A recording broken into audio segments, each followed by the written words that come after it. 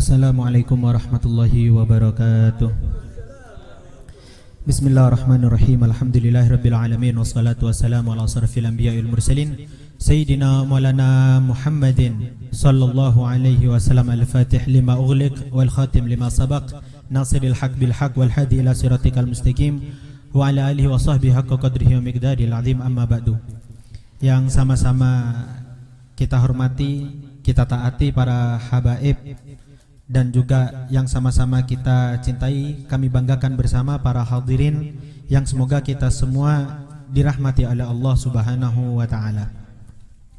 Berkaitan dengan kegiatan kita hari ini, yaitu ikhtitam pembacaan kitab Sahih Bukhari. Sekilas atau sedikit tentang beliau, Al-Imam Muhammad bin Ismail Al-Bukhari. Jadi Bukhari ini aslinya bukan nama, melainkan tempat beliau lahir. Jadi Bukhari itu nama kota Bukhara yang ada di Uzbekistan. Dan beliau Imam Muhammad bin Ismail, atau yang lebih kita kenal dengan Imam Bukhari, itu lahir pada tahun 194 di hari Jumat, tepat setelah ayah beliau sholat Jumat.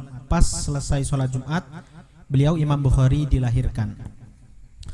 Ada beberapa hikmah yang bisa kita ambil dari biografi beliau. Pertama, beliau ketika Imam Bukhari ini dilahirkan, tidak lama setelah itu ayah beliau Al-Imam Ismail ini meninggal dunia.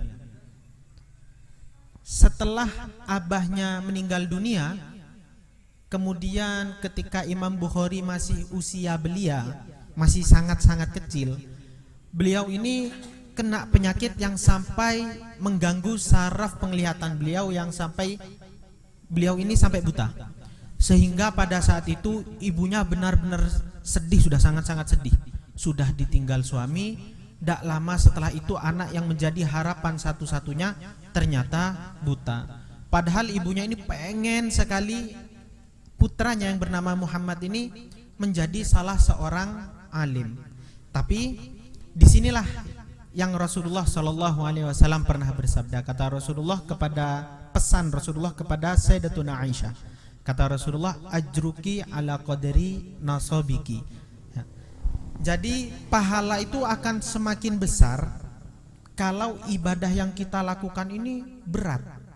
Semakin berat ibadah yang kita lakukan atau cobaan yang kita terima, maka akan semakin besar juga pahalanya.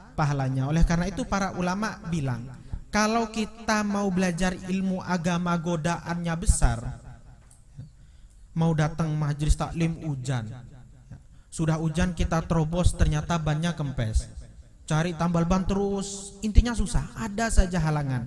Maka para ulama sepakat itu tandanya Allah ridho kepadanya, sehingga setiap musibah yang menimpa dia itu perbuatan setan, karena setan tidak mau. Ini orang sudah banyak dosanya, saya sudah bertahun-tahun goda dia.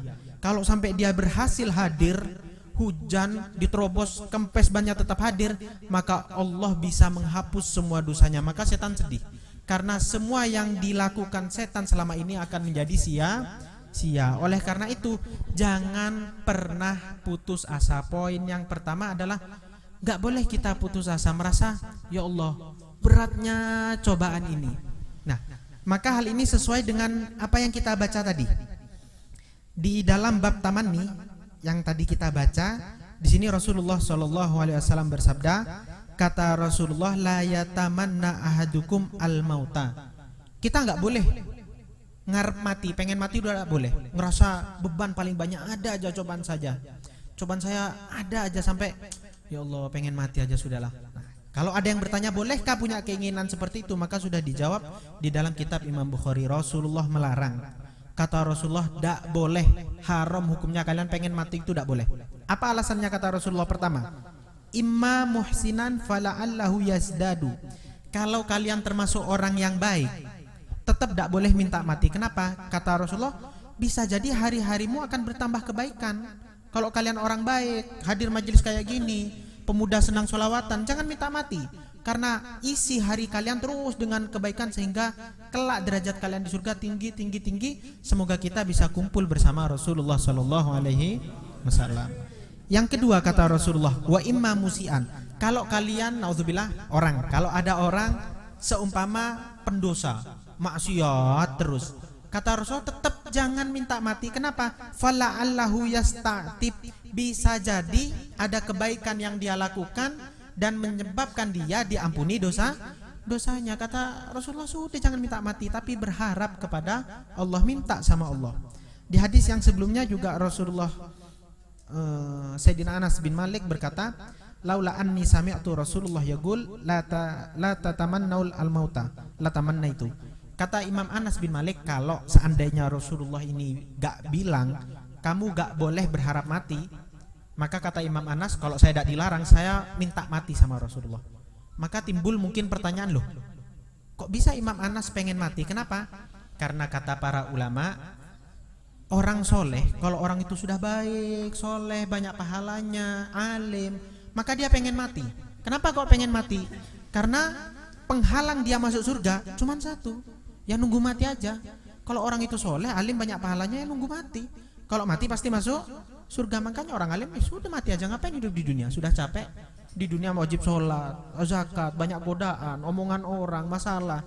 Jadi kalau orang itu ngerasa baik, ya sudah, maka pingin mati saja. Tapi berhubung sama Rasulullah dilarang, maka tetap beliau bilang, ya enggak, saya tidak akan meminta. Karena kata Rasulullah, kalau kita termasuk orang baik, tadi itu kata Rasulullah, terus isi hari-hari kita dengan kebaikan. Kemudian juga di hadis yang selanjutnya, di hadis keberapa tadi ya, intinya tadi ada hadis keberapa Rasulullah itu bersabda. Kan hadis itu ada beberapa tingkatan. Paling di bawah secara global ya, paling bawah ini disebut hadis do'if, di atasnya hadis hasan, paling tinggi itu hadis sahih namanya. Hadis sahih ini ada dua macam. Ada hadis sahih biasa, ada yang lebih afdol, disebut hadis qudsi. Nah, tadi ada hadis qudsi. Kata Allah Subhanahu wa taala, ana inda dhanni 'abdi bi. Kata Allah langsung, saya ini tergantung kalian. Gimana kalian menyangka saya? Kalau kalian nyangka, ya Allah, masa bisa orang kayak saya ini baik ya? Masa bisa anak kayak saya ini pintar ya? Atau kita sebagai orang tua, masa bisa ya anak saya ini sealim Kiai Fulan? Nah, kalau kita yang ngerasa gak mampu, maka kata Allah, saya tidak mau bantu. Tapi kalau kalian positif, kalian mikir, Allah tuh maha pengasih, Allah tuh maha penyayang, maka pasti bisa. Ayo nak, semangat. Mau ayahmu cuman petani, mau ibumu hanya nelayan, mau keluargamu gak ada yang pernah menjadi orang alim, tapi ibu percaya kamu pasti bisa. Nah, kalau kita berprasangka baik kepada Allah, maka kata Allah, saya akan membantu sesuai dengan firman Allah Subhanahu wa taala di dalam surat Ar-Ra'd ayat ke-11. Kata Allah, Bismillahirrahmanirrahim, innallaha la yughayyiru ma biqaumin hatta yughayyiru ma bi anfusihim. Kata Allah di dalam Al-Qur'an, saya tidak akan merubah kalian menjadi orang yang lebih baik, menjadi individu yang sukses. Sampai kapan? Saya tunggu sampai kalian yang mulai melangkah dulu. Jangan cuma minta sama Allah, ya Allah saya pengen husnul khotimah, saya pengen baik, saya pengen anak saya soleh solehah, tapi kita nggak usaha, percuma.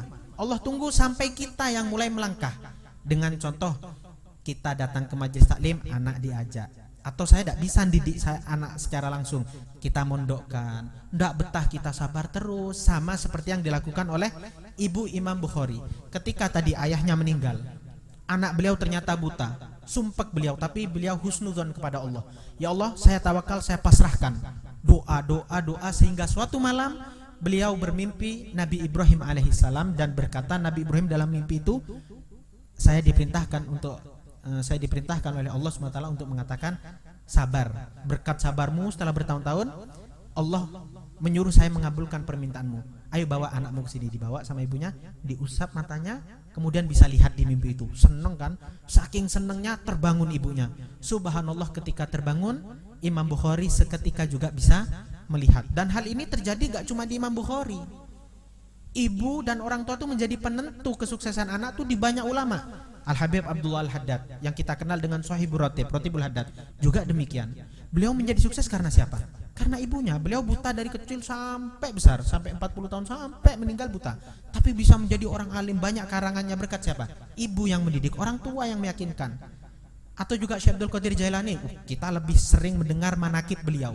Kita pasti tahu cerita beliau ketika dirampok Apa kata Syekh Abdul Qadir Jalani? Saya bawa uang sekian dan sekian, kok jujur? Karena ibu yang memerintahkan saya untuk jadilah Imam Syekh Abdul Qadir Jalani. Imam Syafi'i karena ibunya yang bernama Fatimah, juga yang mendidik Imam Syafi'i sampai sehebat Imam Syafi'i. Gak ada anak sukses tanpa peranan orang tua, itu gak ada. Karena buah jatuh tidak jauh dari pohonnya. Kita sebagai ayah, terutama ini laki semua, laki itu pasti akan menjadi kepala keluarga. Ketika kita menikah, jangan cuma mikir enaknya, tapi kita harus siap menjadi imam. Bukan cuma imam sholat, tapi bagaimana istri. Terus kita punya anak, bagaimana anak-anak kita. Tergantung kita semua, tergantung kalian semua. Oleh karena itu kata Allah SWT tadi dalam hadis qudsi, ana inda dzanni bi, jangan pernah kalian suudzon sama Allah. Idza aradallahu syai'an ayaqula lahu kun fayakun. Kalau Allah berkehendak, apa yang tidak mungkin? Hujan tiba-tiba berhenti mungkin. Mau terang, mau hujan deras tiba-tiba berhenti, atau yang enggak hujan tiba-tiba turun hujan. Suka-suka Allah, karena dunia dan isinya semuanya milik Allah. Makanya jangan sekali-kali putus asa terhadap kasih sayang Allah. Siapapun kita, baik tak baik, Habib bukan Habib, Kiai bukan Kiai, Allah enggak menutup kemungkinan kita untuk menjadi orang baik. Apa ada di ayat, apa ada di hadis? Allah berfirman atau Rasulullah bersabda, yang bisa pintar cuman Habib, yang bisa pintar cuman Kiai, yang ada. Kita semua diberi kesempatan yang sama, bahkan sekalipun yang pernah berbuat salah. Oleh karena itu berkali-kali Allah SWT berfirman itu mengulang ayat yang sama, yang artinya adalah innallaha yuhibbul mutatawwibin. Allah ini senang dengan orang yang taubat, yang artinya kita pasti berbuat salah, dan Allah senang ketika kita berbuat salah kita sadar, ya Allah, iya ya, dosa, lalu kita kembali kepada Allah Subhanahu wa ta'ala. Singkat cerita, kita lanjutkan cerita Imam Bukhari. Ya, setelah bisa melihat, akhirnya beliau mulai belajar. Di dalam sejarah dicatat, termasuk di muqaddimah kitab ini, pembukaan kitab ini ada kok singkat tentang biografi Imam Bukhari. Di situ disebutkan Imam Bukhari itu buat belajar hadis tok ini ya, itu 16 tahun. Kita di pondok yang pernah mondok 10 tahun itu udah ngerasa aduh lama. Dan 10 tahun itu semua dipelajari, fikih iya, akhlak iya, tasawuf iya, semua. Kalau Imam Bukhari ini enggak, 16 tahun tok ya, 16 tahun ini cuman buat belajar ilmu hadis. Makanya selama 16 tahun beliau hafal 600.000 hadis.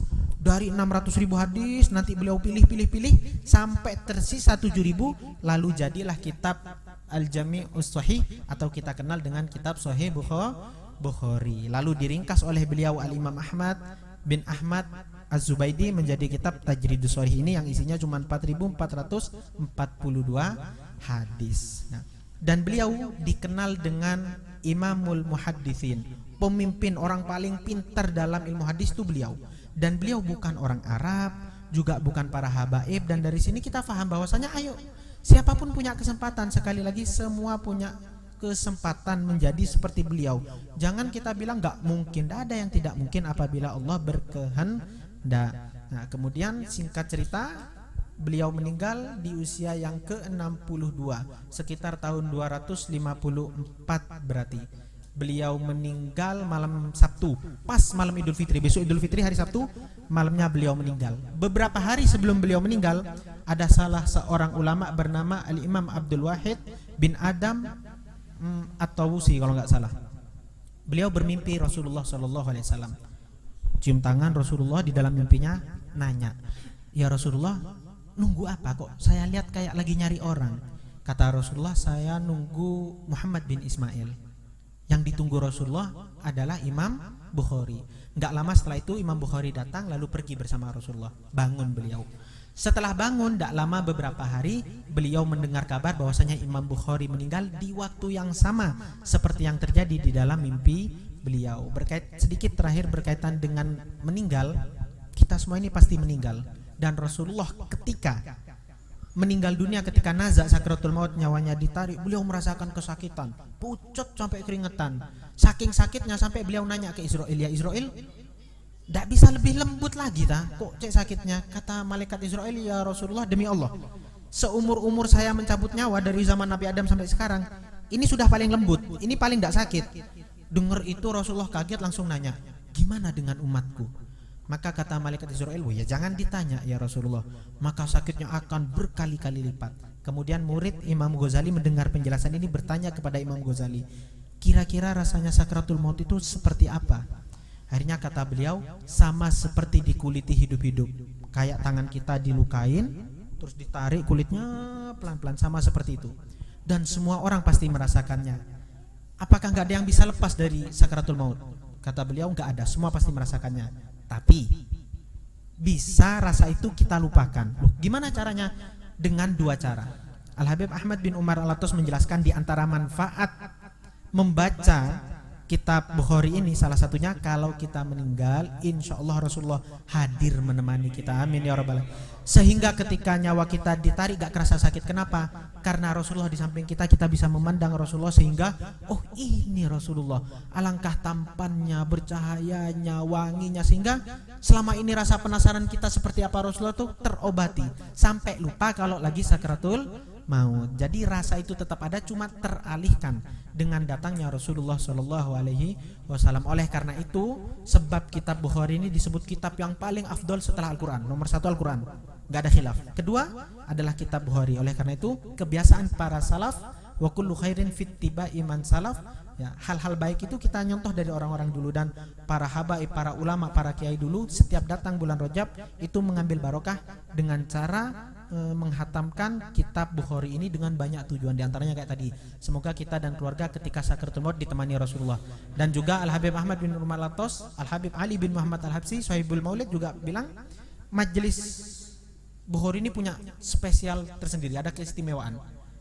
Ketika majelis ini dibaca itu faka'anna Nabi yatakalam. Kata beliau, kayak Rasulullah ini hadir bersama kita, dalam artian kalau kita punya hajat tadi dan sampai sekarang nih, kita selipkan di hati kita, kita minta sama Allah, insya Allah pasti dikabulkan, pasti. Nah, jadi majelis taklim seperti ini nih, ya, dalam membaca kitab Bukhari itu di antara tempat dan waktu mustajabut doa. Oleh karena itu kita minta kepada Allah SWT semoga kita dan keluarga kita ya, dijadikan orang yang baik, yang sudah baik semoga istiqomah, yang kurang baik semoga dijadikan yang baik, yang sudah punya anak semoga menjadi anak-anak yang soleha, dan semoga keluarga kita terutama yang sudah mendahului kita dosa-dosanya diampuni, dan berkah majelis ini semoga setelah dosa mereka diampuni, bersih, derajat mereka diangkat, mereka, kita, sekeluarga, teman-teman kita semua insya Allah mendapat syafaat Rasulullah SAW, dikumpulkan bersama tak hanya di dunia seperti ini. Ya Allah, berkah majelis ini kita berkumpul di dunia karenamu, semoga kita nanti di akhirat juga dikumpulkan bersama teman-teman ini karenamu. Amin ya rabbal alamin. Itu yang bisa saya sampaikan, kurang lebihnya mohon maaf. Assalamualaikum warahmatullahi wabarakatuh.